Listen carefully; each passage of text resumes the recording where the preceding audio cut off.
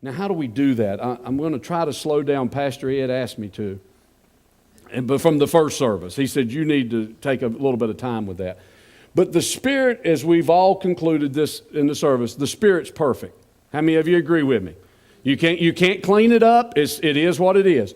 How many of you would agree that the mind and the body is imperfect? But it's the valve to the Spirit. In other words, you can turn that valve on and you can take your mind and your body into the Spirit.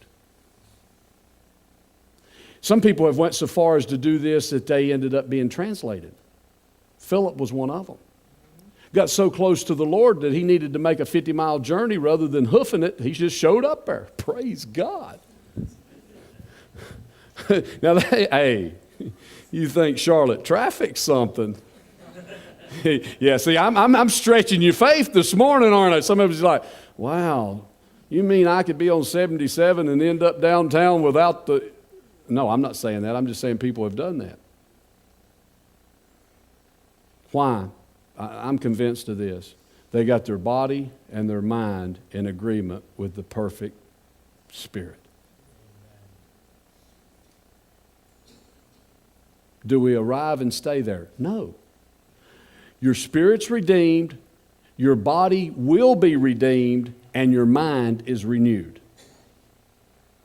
Your body, when you get to heaven, will be perfect. How many of you, you've told friends this?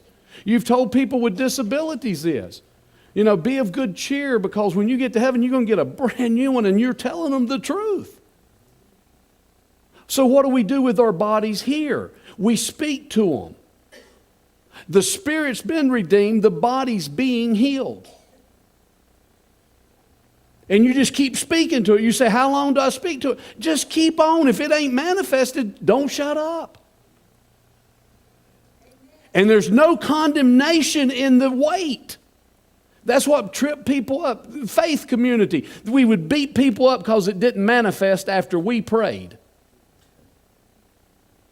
It's sad how many of us have, and I've been guilty in times past myself, I'm sure. But we'd pray for somebody, and if they didn't have an instant manifestation, we would make excuses, and usually the excuse was they didn't believe. That's convenient, isn't it? Maybe the excuse ought to be, I didn't believe. Maybe the gift of faith was wanting to function in me. I don't have time to teach on this. Come Wednesday night, we're going to get into all of it. You'll learn how the gifts really work. But here's what I know for a fact. If our spirit, which is perfect, connects with God's Spirit, which we know is perfect, and we open that valve by renewing our mind and by sacrificing our body to Christ, there's going to be a collision.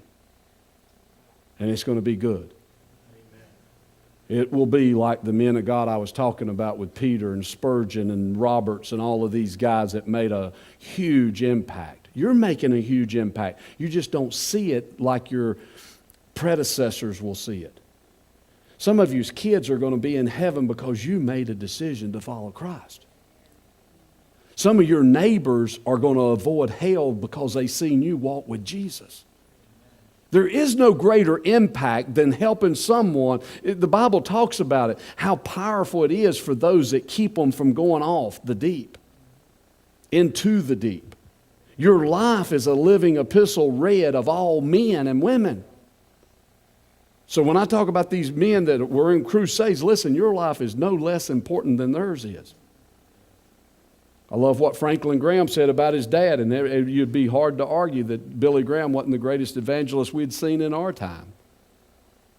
Spoke to millions, was with president. Somebody was just sharing with me the other day, the Queen of England would not have it if he was in England, he had to come talk to her. That's what kind of impact he had. And Franklin said at his funeral, he said, but here's the deal, folks. When he walks into heaven, he ain't receiving no more than you are. We're children of God. Just like you don't treat your kids. I mean, I pick with mine and tell them they're my favorite, but the reality of it is I love them all.